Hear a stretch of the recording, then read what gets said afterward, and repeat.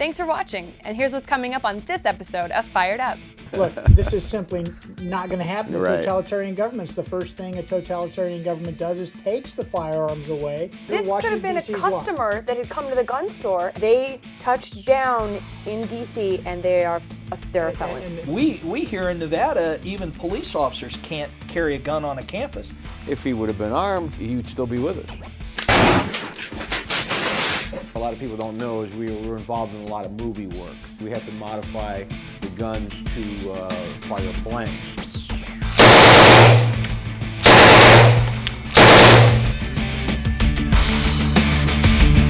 Hey, thanks for tuning in and welcome to Fired Up. I'm Bob Irwin, your host for this show, being filmed here at the gun store in Las Vegas, Nevada.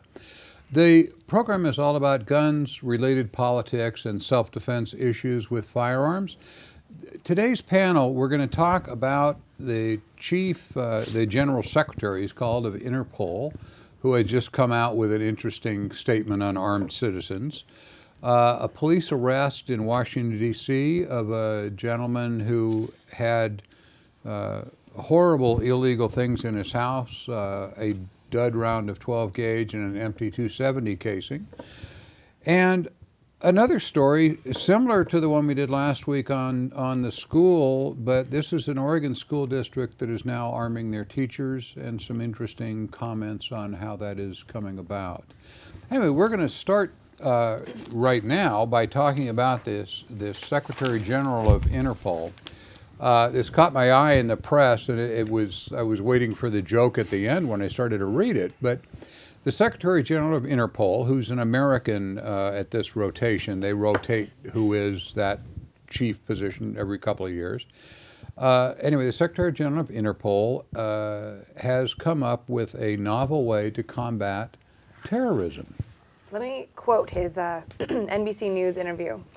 Secretary General Ronald Noble told ABC News that there are two paths governments can go down to protect soft targets or unarmed civilians from terrorists and sociopaths. The first is to move in the direction of a police state with armed guards, security checkpoints, surveillance cameras, and metal detectors everywhere. The other is to encourage responsible citizens to keep and bear arms for self-defense. Wow. Amazing. From INTERPOL. Interpol. Yeah. Well, you know, he's right. I mean, look at the Westgate Mall in Kenya. All right, you got four guys, right, killed 72 shoppers, right, and wounded over 200 people. Well, look at the guy in Norway. Ugh. One guy, One guy. 77 people. You can't tell me if there wasn't somebody there, a responsible citizen with a CCW and armed, that couldn't have, that. Where's the guy from last week's show that drew his pistol and saved all those people in Arizona? Arizona, Yeah, right. Same thing. Yeah.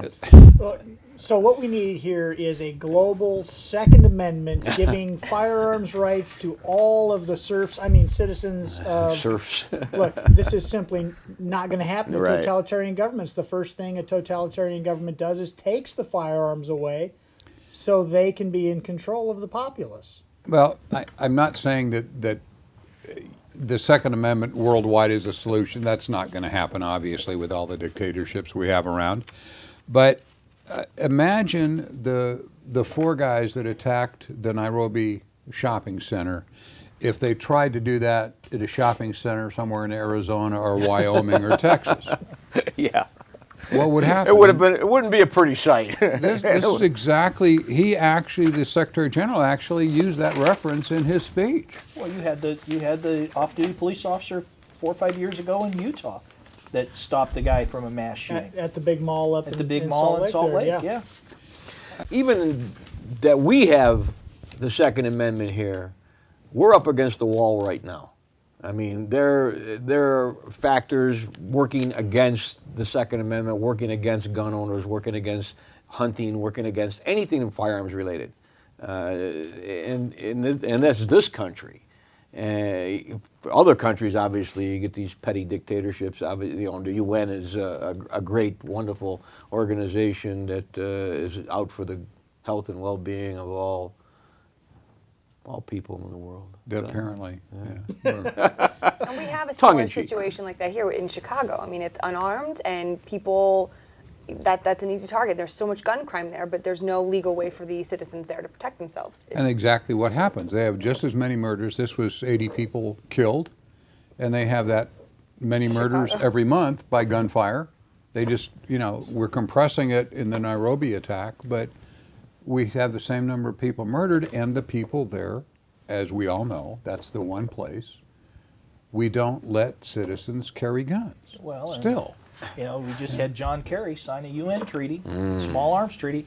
I mean, I think we're on our way to losing that ability to do that. I mean, that's got some ramifications that I shudder to think.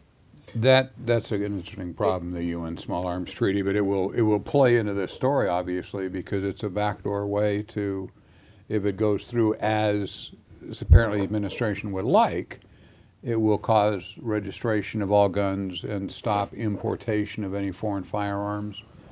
I noticed the Glock and Beretta and so forth now building plants in the United States, so the guns don't have to be imported. I'm not sure the public realizes out there how many guns that we have for sale here that are imported that could be stopped in a heartbeat. And by for the us administration. to get parts, I mean, now they already restricted barrels, military barrels. We can't get barrels for the rental program. So the companies in the United States have to manufacture barrels because barrels cannot be imported anymore.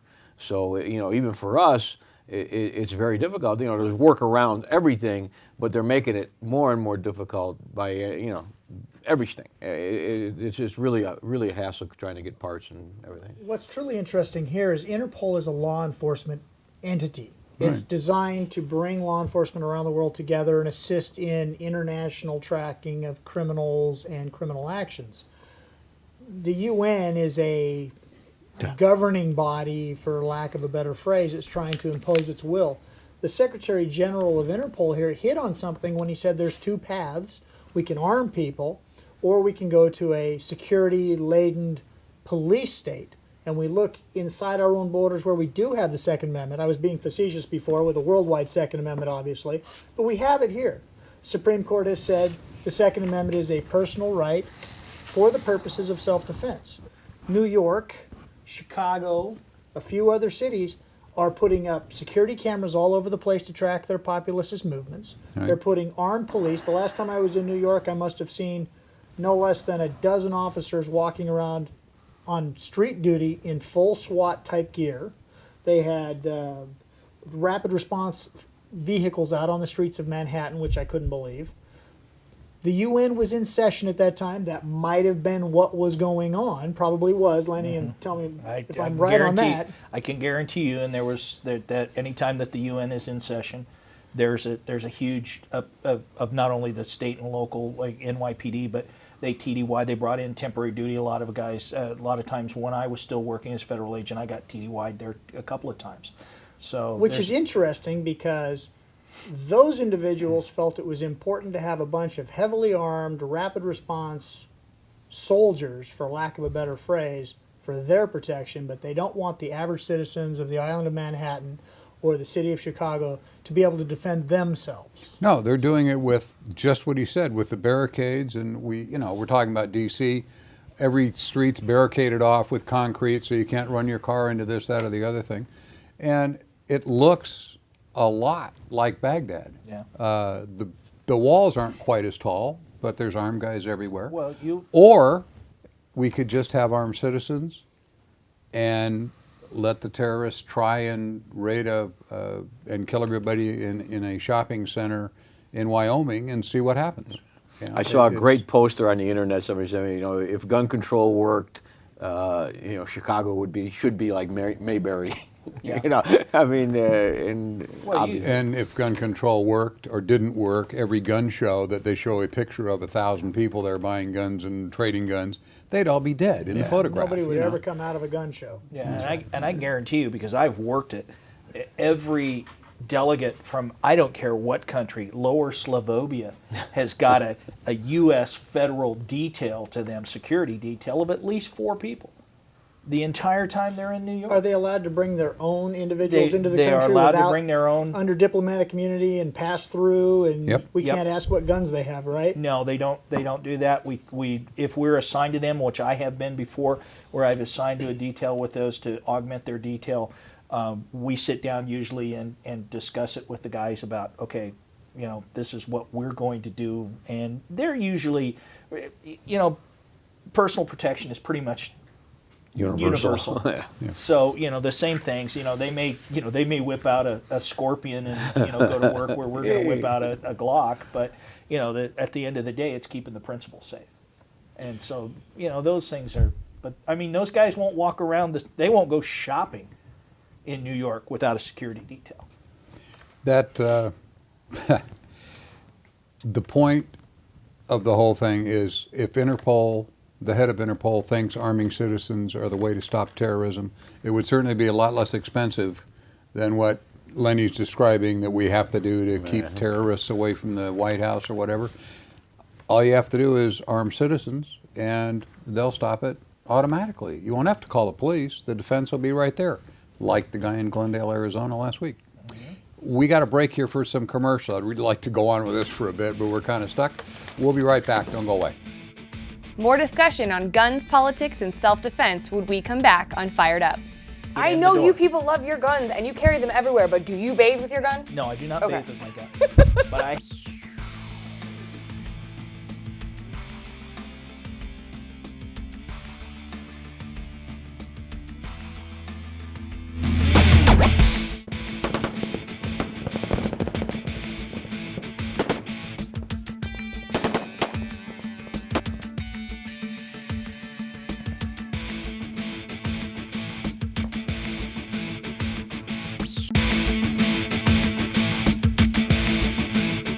Welcome back to Fired Up. This segment, we're talking about a fella in New York, I almost said, because the laws are the same. We're talking in Washington, D.C. here. Not quite as bad. A professional financial advisor there, learned guy, is facing 2 years in prison for possessing 2 rounds of unregistered ammunition. That being a dud 12 gauge that he had left over from a trip to the range for his trap shooting that he does, a round that didn't go off that he saved, and an empty shell casing for a .270 rifle.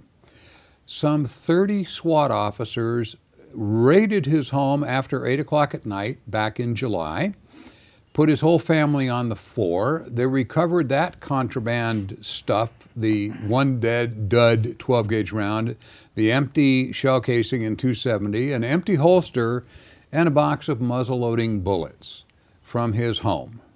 Terrific. They used a battering ram on the bathroom door and dragged his 16-year-old son out of the shower naked because the man's ex-wife called the police and said that there were guns in the home. And they found no guns, by the way. They found just the items that Bob listed. A battering ram and dragged a naked child out of a shower. Are you kidding me? I would lose my mind. When I read this, this sounds like a made-up story. And Michael, I'm just going to throw the legal stuff at you. How does this happen with? It happens because Washington, D.C. has the most restrictive firearms laws in America, bar none. Until the Heller decision, having a firearm assembled without a permit to do so was a felony. You couldn't keep firearms for self-defense. You can't have ammunition unless you have the firearm that it's registered for allowed to be there. A lot of individuals like this guy, who, by the way, has no criminal record. He's, as they say down home, a pillar of the community.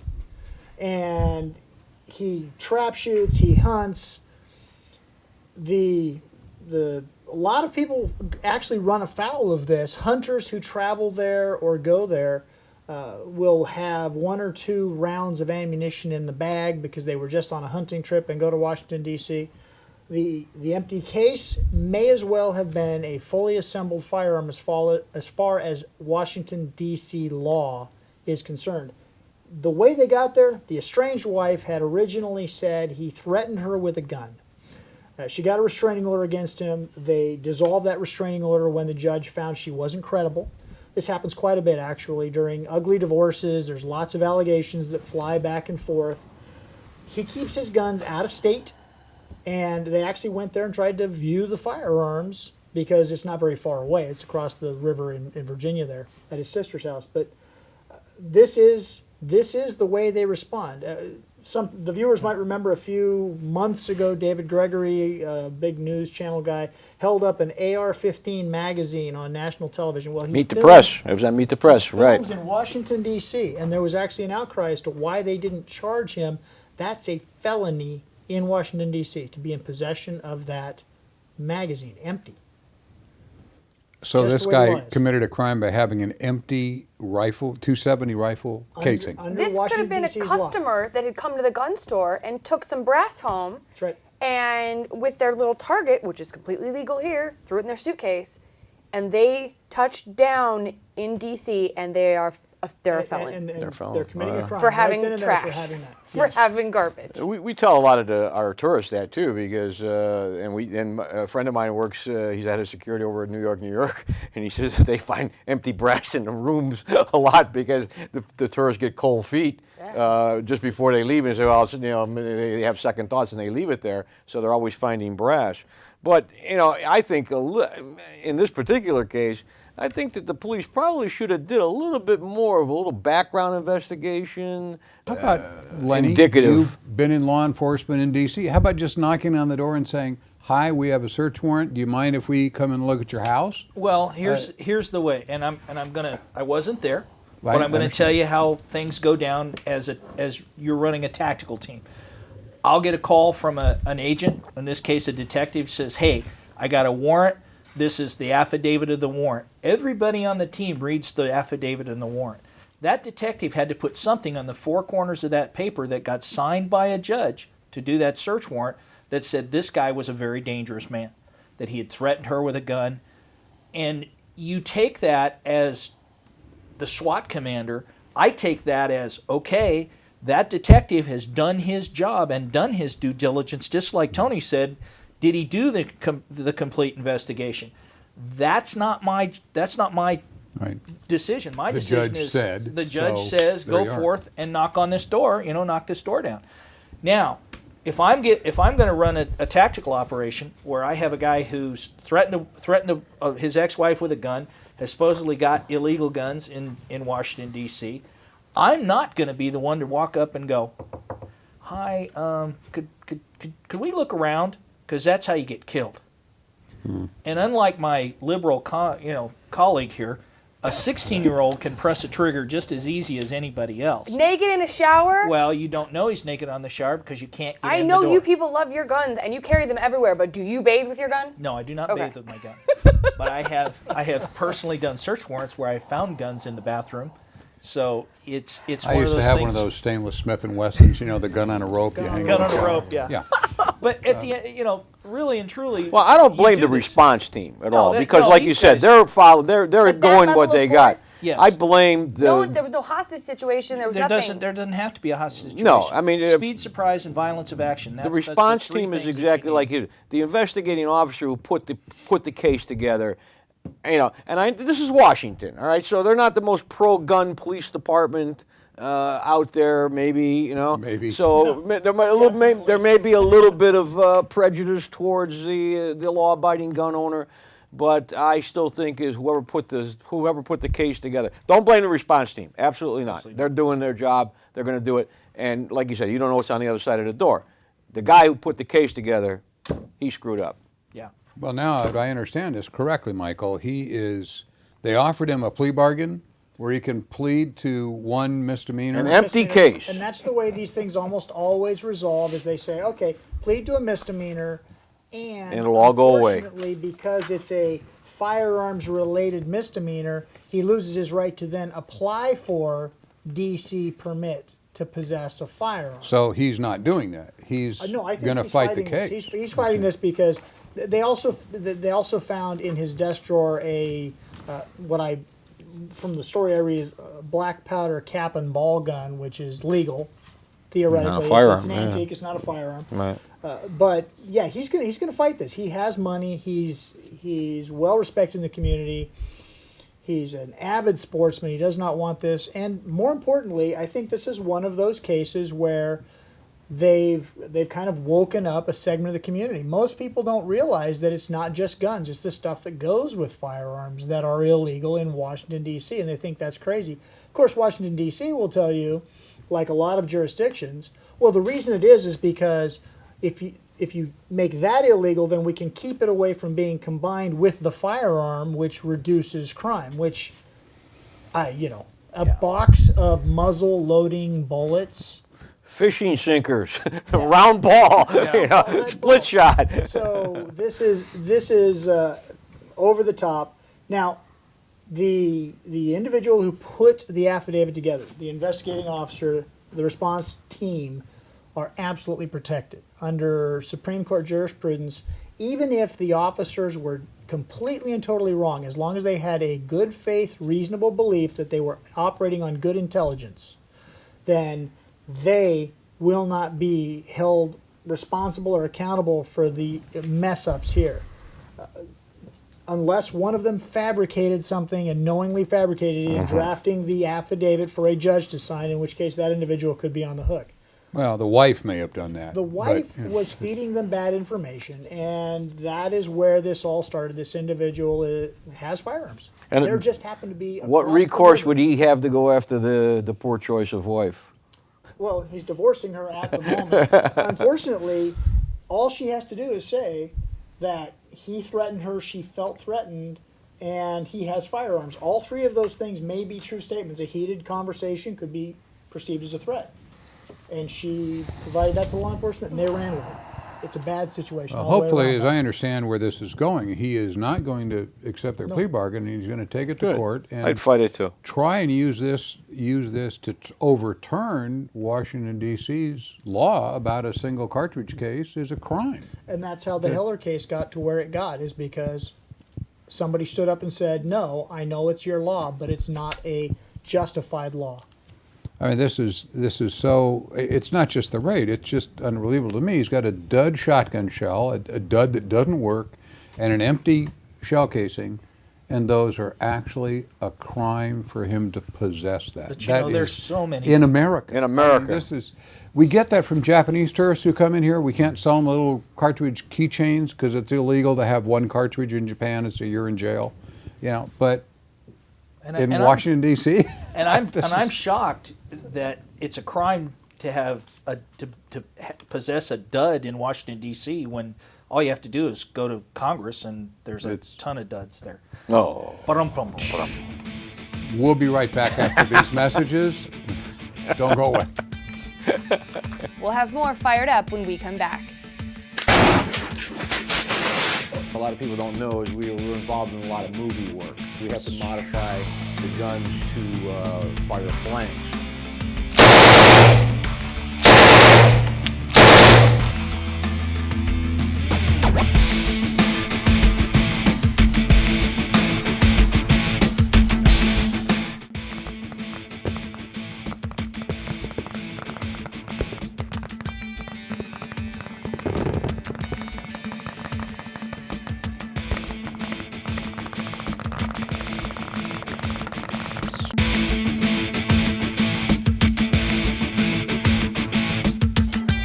Hey, we are back here on Fired Up. We're here at the Rocky Mountain Gun Show at the South Point Hotel Casino in Las Vegas. With me is Ian Jones. He has a really interesting device that they sell for homeowners to keep their guns safe and from other people and from burglars. Hi, Bob. Tell Thanks. them what it is. So my name's Ian Jones. I'm out of Las Vegas, Nevada, and I'm a regional distributor for the Monster Vault. Now, the Monster Vault's a beautiful idea because it's designed to fit underneath the standard steel frame bed. Now, most people who are in the market for safes, this is a great solution for them because they don't necessarily want to have a big ugly safe in the bedroom or the living room. Right. If there's a lady in the house, she doesn't want to have this great big safe in the closet taking up that space. I know that problem already. Trust me. You're familiar with it. And as for you, you don't really want the big safe in the garage because it's not that convenient. Now, floor space in your home is a valuable commodity. The fact that this takes up none of it speaks for itself, and it is worth its weight in gold for that reason alone. It's 7 inches high, 48 inches wide. So the other benefit to this besides going under the bed is at 48 inches wide, it'll fit in the back of full-size SUVs or pickup trucks. If it'll fit a piece of plywood, it'll fit this safe. Right. So it's got a keypad lock. We have it set up like that, and you can open it. The drawer slides all the way open. As you can see, we have a few props in here. There's plenty of space for your full-size rifles, lots of ammunition, your jewelry, your hard drives, because as you know, it is a gun safe that holds long guns, but it's for valuables, not just for guns. Now, the nice thing about this, 4 AA batteries will run you about 3 years. You could do a combination between 3 and 8 numerals and then the letter. But if the battery ever goes dead because you're out of town or you're negligent, it comes with 2 barrel cylinder locks, so you can get into it manually. Now This is incredible. I mean, I'm amazed nobody's ever thought of that before, because exactly right. It'll fit under the bed. One of the statistics that the FBI has come up with is that one of the first places a criminal will look is under the bed, because people keep their guns under their bed. Well, yeah, so but that's not why in this that. not in that. You know, it's pre-drilled holes in the bottom, allow you to bolt it to the floor. It's 140 pounds empty, but once you bolt it to the floor, it's negligible what the weight is. And it'll hold anything up to a 30-inch barrel shotgun. So that'd be a really big, long bird gun. And people can get a hold of your company and order one of these online, or Absolutely. call your company? You can go to monstervault.org and order one online for $6.99, or you come down to the Rocky Mountain Gun Shows in Las Vegas about 4 times a year and buy one from me at $5.99. $100 off if you come into the show to pick it up. Highly recommended. These are really good idea if you're having problems storing your stuff at home. This is a great device. Thank you very much, Ian. I appreciate you talking to us. Hopefully get some sales off it. This is an amazing little device. All right, well, thank you. Thank you. We'll be right back after these messages. Don't go away.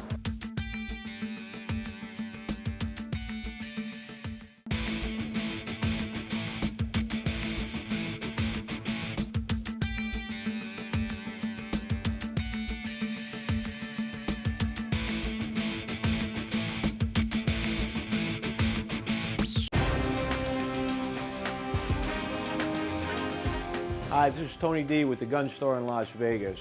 A lot of times what we do here at the Gun Store, a lot of people don't know, is we're involved in a lot of movie work. And with the movie work, obviously we have to modify the guns to fire blanks.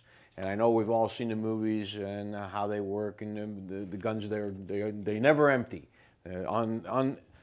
Magazines will go on forever. And of course it's all in the movies.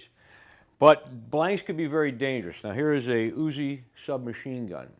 And the way we make this a blank, fire blanks, is that we take the barrel and we thread the inside of the barrel. And we put a set screw in there. And the set screw has a hole in it. And the hole restricts the amount of gas needed to operate the gun. And depending on the type of blank that we use determines the type of hole. Now you may not realize it, but during a lot of times during movies, there's a big flash. We have blanks that will create a larger flash. We have blanks that are more realistic to actual gunfire. So depending on what the director wants in the movie will determine the type of ammunition we use. Now this particular set screw we'll put into the barrel, and we have to drill it out. The gun will still fire regular ammunition with no problem, and that's just screwed in with an Allen wrench. Now, even though the gun is not firing actual bullets, the gun is still very dangerous, and you know, you could be hurt or killed. In fact, there's a couple instances where an actor has been killed. A guy named John Eric Hexman, I believe. He was on a show on television called Cover Up back in 1984, I believe. And he had a .44 Magnum loaded with blanks, a revolver. And during a break in the shooting, he was playing with the gun, and he was doing like a Russian roulette. He put one round in it, spun it, and put it to his head. And now, even though the blank only has like a paper wad over the front of it, when he put it to his head, there was enough blunt force trauma to actually blow a hole into his skull, and he died. Brandon Lee, Bruce Lee's son, was also killed with a .44 Magnum in a firearms-related accident in the movie. What had happened there, they had the first round that they did for dummy rounds, they made a squib round. A squib round is that there's no powder in it, there's only a primer and a bullet. And during the filming of the dummy round, somebody pulled the trigger and a live bullet or a bullet was stuck into the barrel. They then loaded it with blanks, and another actor fired it, and the blank had enough gas pressure behind it to push the bullet out the barrel and actually killed Brandon Lee. So they can be dangerous. Now, by me putting that set screw in here, we're going to restrict the amount of gas, and since this is a straight blowback type weapon, it should be enough to function the weapon. Now, what we use, these are Fiocchi blanks, and they're 9mm.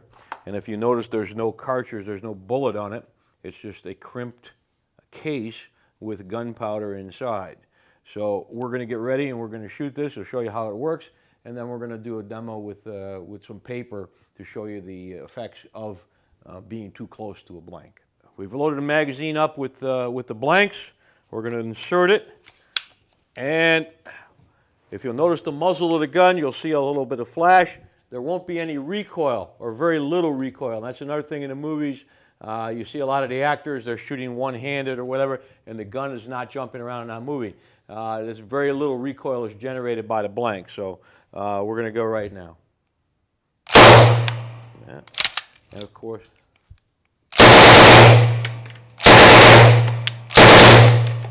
if you notice, you see nice flash. There is a little bit of recoil, but nothing like it would be on a regular round of ammunition. Now we're going to hang up a target and show you what the blank can actually do. All right, we're loaded up, and we're going to get close to the paper, and we can show you what could happen.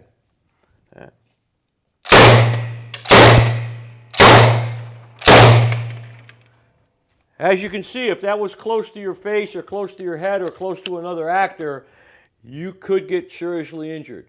So this is some of the movie magic we do here at the gun store, and it's very time consuming to get the guns to work with them. Sometimes you really have to modify them a great deal, especially the guns with lock breeches.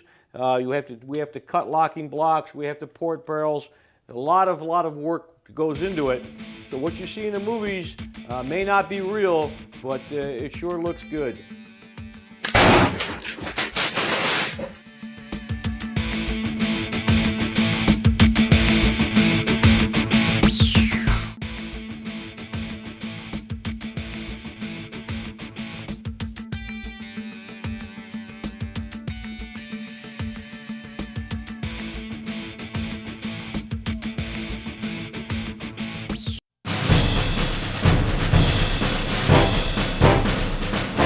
Hi, this is Mike Rogers. We're going to do Morons of the Week. These are things that you hopefully wouldn't do, but we can use them as an object lesson. Everybody has to think about safety all the time.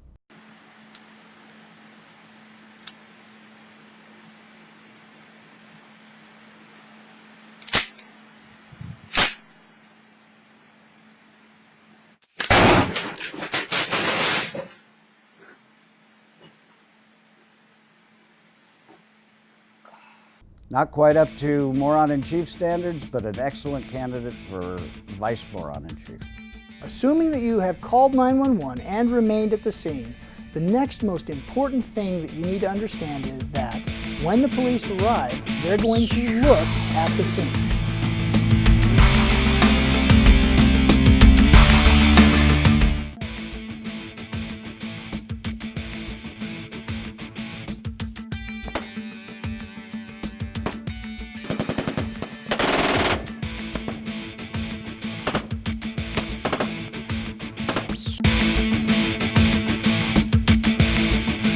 We've talked about calling 911 and that you need to remain at the scene, if it's safe to do so. Now, assuming that you have called 911 and remained at the scene, the next most important thing that you need to understand is that when the police arrive, they're going to look at the scene. Now, it doesn't work like we've seen on CSI and other television shows where every single little piece of evidence points to a specific event. But you need to be sure not to touch or move anything, especially a body or an individual who's been shot, unless it's for their safety. Obviously, if someone's been shot and they're lying across railroad tracks and a train's coming, that's a different situation than if they're in your front room after having kicked in your door. Be certain that the area is safe and do not touch anything. The police are trained to come out and observe the scene and collect the evidence. That evidence will help you with your defense if necessary and will certainly become relevant in any civil action. Touching any of that evidence could be used against you to indicate a consciousness of guilt. Do not touch anything unless it's absolutely essential for your safety or for someone else's. Next week, we'll talk a little bit more about what to do in the aftermath of a shooting. So this is going to be sturdy, and it's actually going to be kind of a wall. It creates like a sheet. It's not going to be just a little individual stream that comes out like a handheld pepper spray in the smaller version.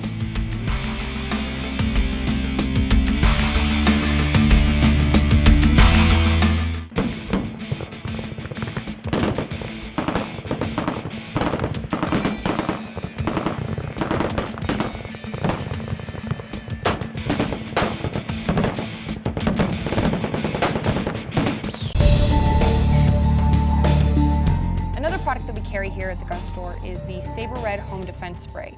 Now, obviously, this is not for your personal carry or your giant purse. This is going to be something that actually comes with a wall mount, and you can mount this anywhere in your home, next to your doors. You can have multiple areas in the house where you keep them and keep them readily available, and also out of the reach of children, which is super, super important. Kids are mischievous, they get into stuff. This is something that you can keep high enough away with the bracket that it comes with that they won't be able to mess with it. It's actually 13 ounces home defense spray. It actually has a pistol grip firing mechanism. So this is going to be sturdy, and it's actually going to be kind of a wall. It creates like a sheet. It's not going to be just a little individual stream that comes out like a handheld pepper spray in the smaller version. This is going to project up to 25 feet. So you are going to create some serious distance between you and whatever is trying to come at you. It's going to create an entire wall around wherever the entrance is, and it's going to definitely keep them at arm's length. It's a heavy fog delivery, so this actually has greater respiratory effect and coverage area. Because of that release, it's going to get into their eyes, their nasal cavities, their mouths, their throats, and it's going to incapacitate them. It has a 4-year shelf life, so this isn't anything where you're going to have to replace this on a regular basis. It's got 4 years on it. You don't have to shake it. Saber's formula actually doesn't require that initial kind of shaking action in order to activate it to get the product ready to fire. It's available at the gun store for about $35, and you buy a couple, throw them up on your walls, and it's another element to protection to protecting you and your family. We here in Nevada, even police officers can't carry a gun on a campus. If he would have been armed, he'd still be with us.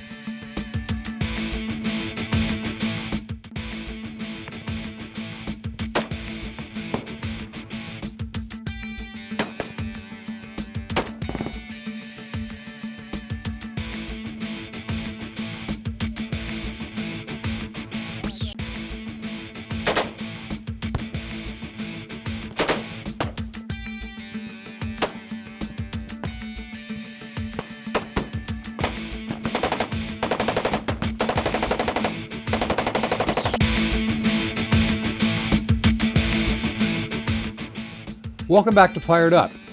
Before we start this next story, it's about a school district in Oregon. I wanted to just do a little bit of follow-up for viewers that have been watching the show for some time.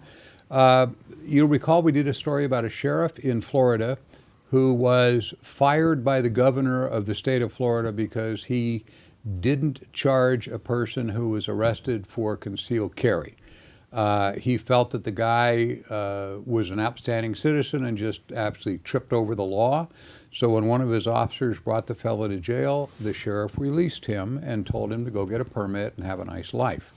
And the sheriff was fired by the governor over that. It turns out the governor couldn't actually fire the sheriff who was elected. So he was reinstated, but without his job. He had to sit in the office and wait while he went on trial for this failure to enforce the law.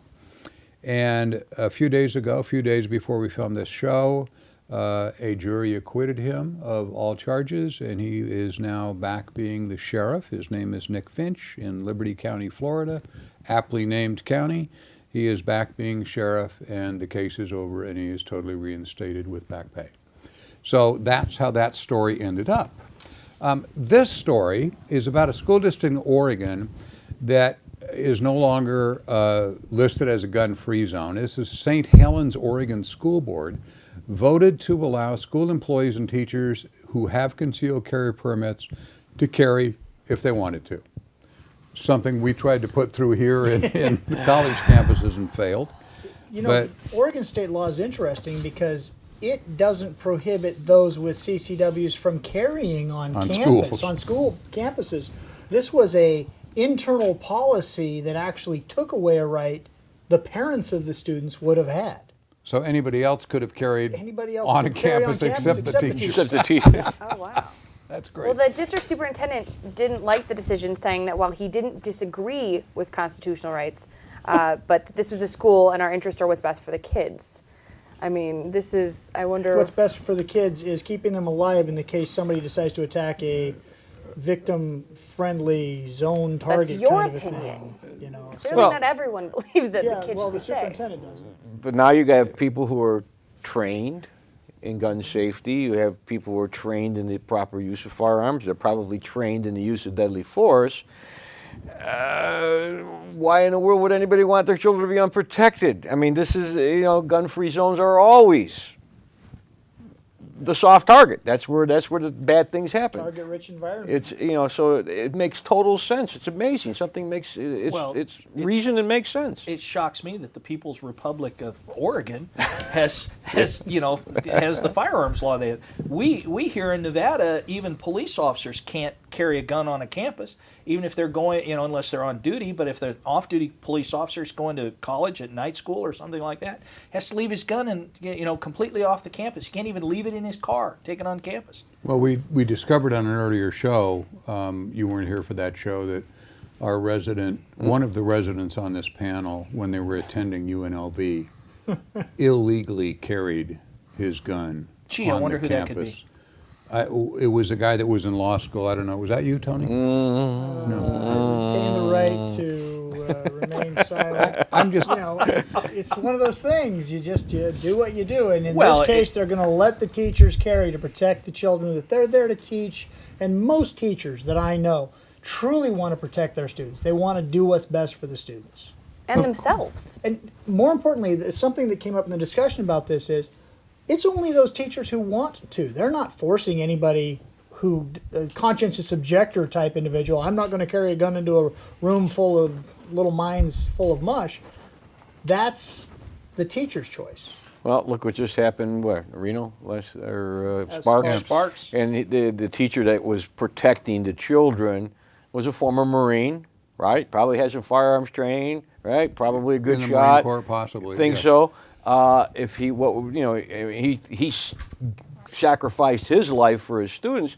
If he would have been armed, maybe it would have been he would still be with us. You know, so That's always the problem. What struck me before we get too far into this is the district superintendent, who's an employee of the school board. So it's not his decision. He only carries it out, and the decision was to let the people with CCWs, teachers and janitors and everybody else, carry on campus like everybody else in Oregon can. That was a bizarre law that anybody can carry on campus except the teachers.